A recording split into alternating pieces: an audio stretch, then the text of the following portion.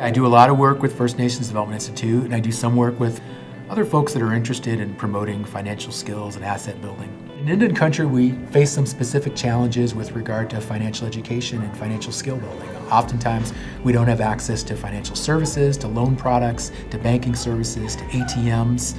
And I've learned you really need to take a step back and start with a more basic approach and get people to understand, okay, how do I keep records? How do I organize my finances? How do I set goals? Shawn is a consummate educator. His work is grounded in people's everyday personal finances, as well as their culture and their aspirations, both as individuals and as a community.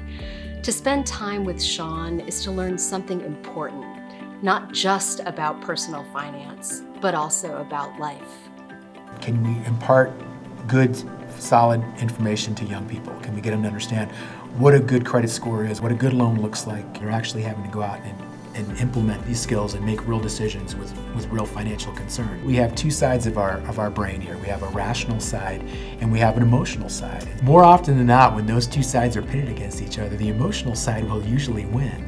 Shawn speaks truth about money and investing, and he shows how financial education is key to opportunity.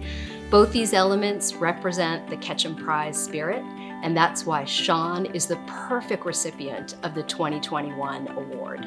You know, we're definitely making an impact. We're seeing more kids choosing to open bank accounts, saving money.